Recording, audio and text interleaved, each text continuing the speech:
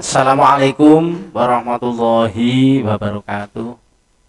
Alhamdulillah, alhamdulillahirabbil alamin. Wassalatu wassalamu ala asrofil anbiya'il mursalin sayyidina maulana Muhammadin wa ala alihi washabbihi ajmain.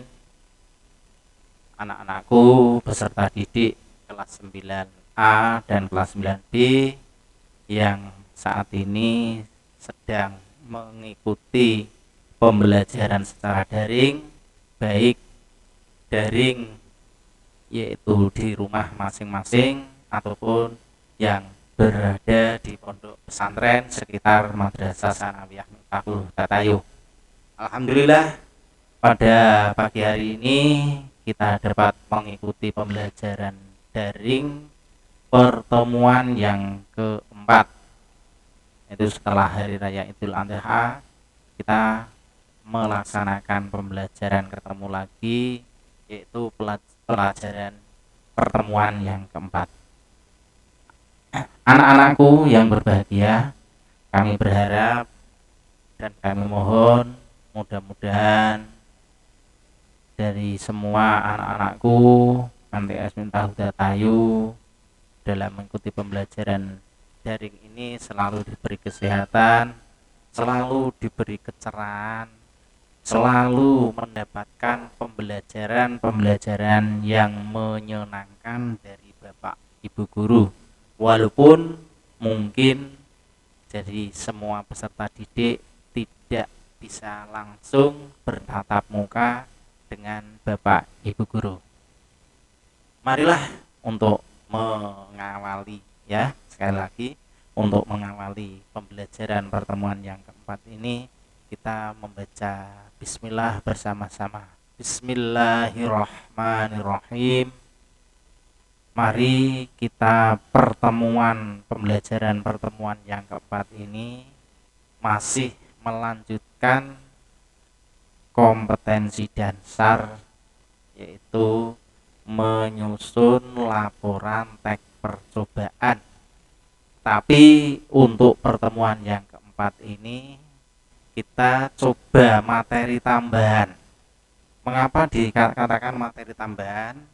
Karena materi ini adalah materi tambahan yang di laporan percobaan.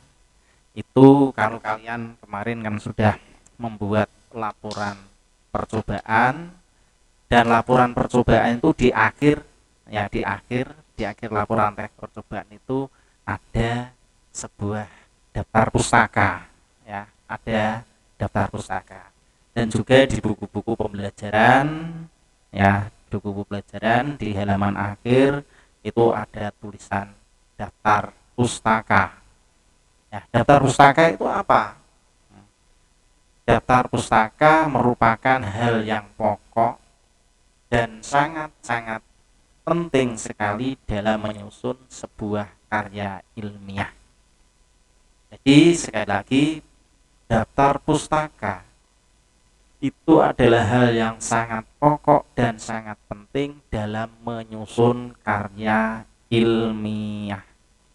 Karya ilmiah itu adalah karya yang disusun berdasarkan fakta, baik itu dilakukan dengan penelitian, pengamatan atau observasi.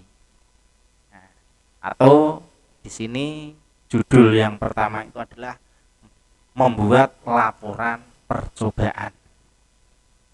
Tujuan daftar pustaka antara lain bertujuan untuk membantu para pembaca dan mencari secara detail topik yang terkait dalam penulisan karya ilmiah dengan cara membaca sumber lain yang ada di daftar pustaka tersebut.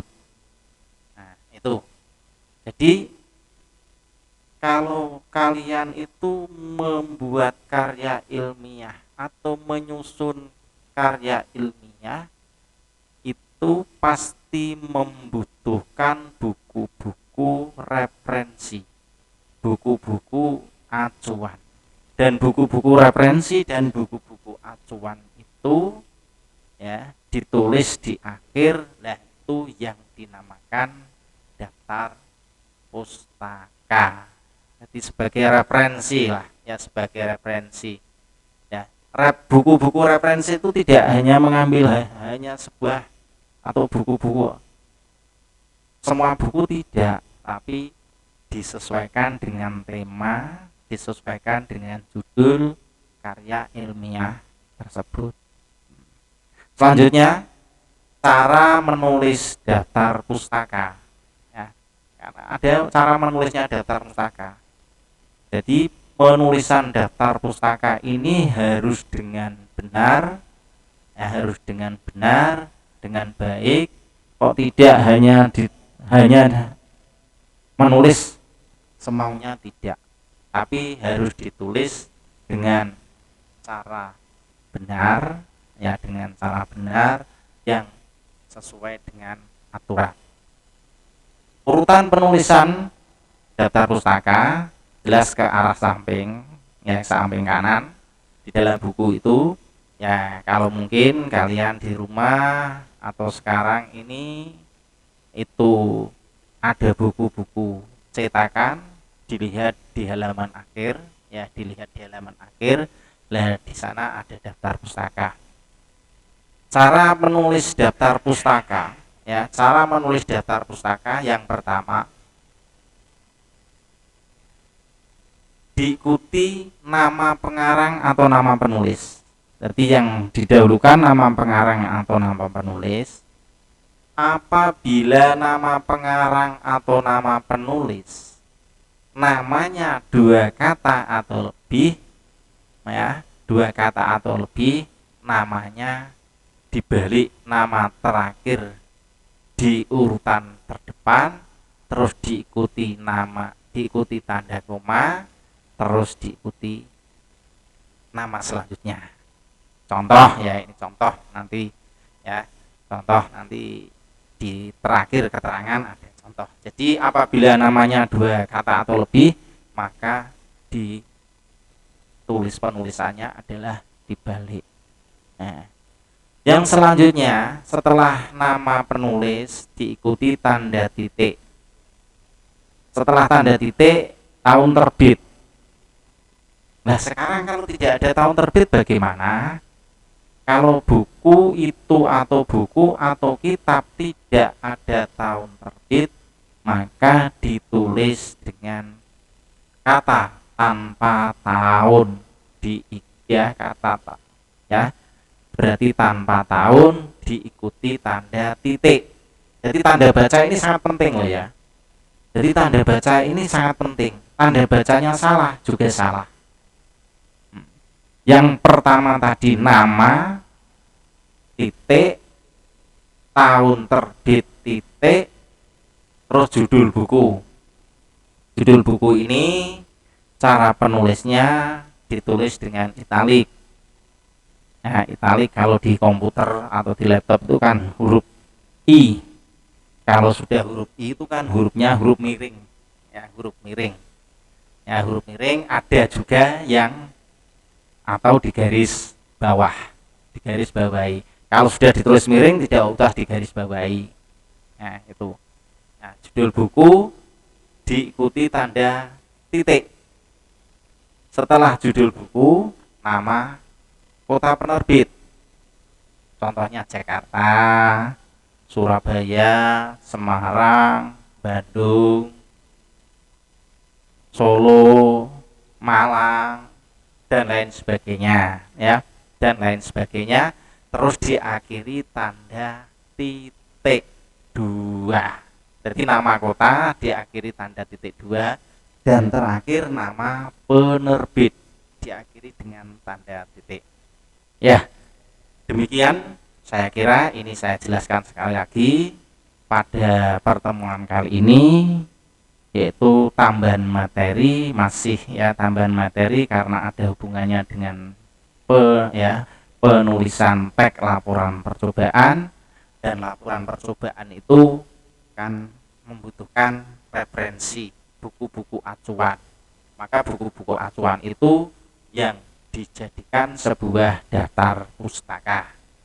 Saya contohkan tadi cara penulisannya. Yang pertama nama pengarang, ya, nama pengarang, Apabila nama pengarang itu namanya 2 kata atau lebih, maka cara penulisan daftar pustaka namanya dibalik.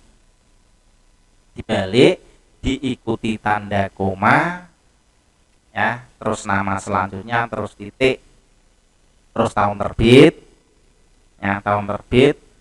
Setelah tahun terbit, judul bukunya apa, diikuti tanda titik, tanda baca titik, terus nama kota penerbit, diikuti titik 2, dan selanjutnya terakhir yaitu kota penerbit diikuti tanda titik.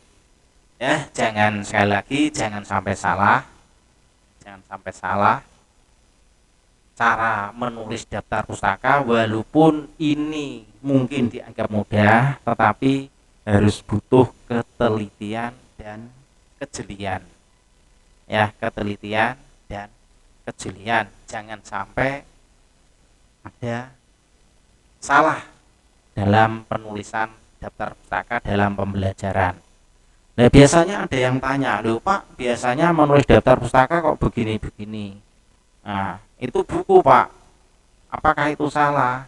Ya, kita dalam belajar bahasa Indonesia yang baik dan benar, maka kami berharap kalian jangan membiasakan kesalahan.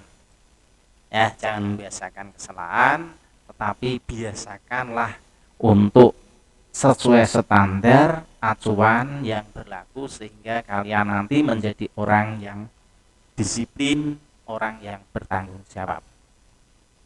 Contoh, ini ada sebuah buku, ya, sebuah buku, judul bukunya Robohnya Suro Kami.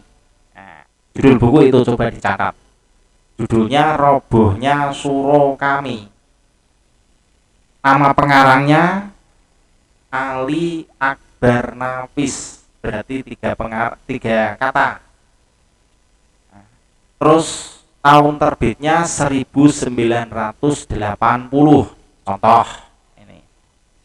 Terus penerbitnya Balai Pustaka Jakarta. Nah, bagaimana cara membuat daftar pustaka? Cara menulis daftar pustakanya adalah nama pengarang Ali Akbar Nafis. Karena namanya 3 kata, maka nama dibalik menjadi Nafis, koma, Ali Akbar, titik, terus tahun terbit 1980, titik. Nah, judul buku Robohnya Suro Kami, ditulis miring, titik, ya, ditulis miring, diikuti titik. Sekali lagi, tanda baca ini sangat menentukan apa kejelian, ya, kejeliannya. Jadi Robohnya Suro Kami, titik, terus kota terbit Jakarta, titik 2, terus nama penerbitnya Balai Pustaka, titik. Nah, itu ya, mudah-mudahan kalian nanti tidak salah dalam menulis daftar pustaka, atau mungkin ada soal-soal yang pilihan ganda itu dibutuhkan sebuah kejelian. Terus selain itu, nama, ya, gelar kehormatan, gelar kependidikan, ya, gelar kependidikan atau gelar nama apa saja, itu dalam daftar pustaka tidak ditulis, ya, tidak ditulis, dihilangkan, ya, dihilangkan. Contoh, Muhammad Afif SPD. Nah, itu berarti di daftar pustaka namanya tidak ditulis, ya, berarti hanya tulis Afif, Muhammad, titik.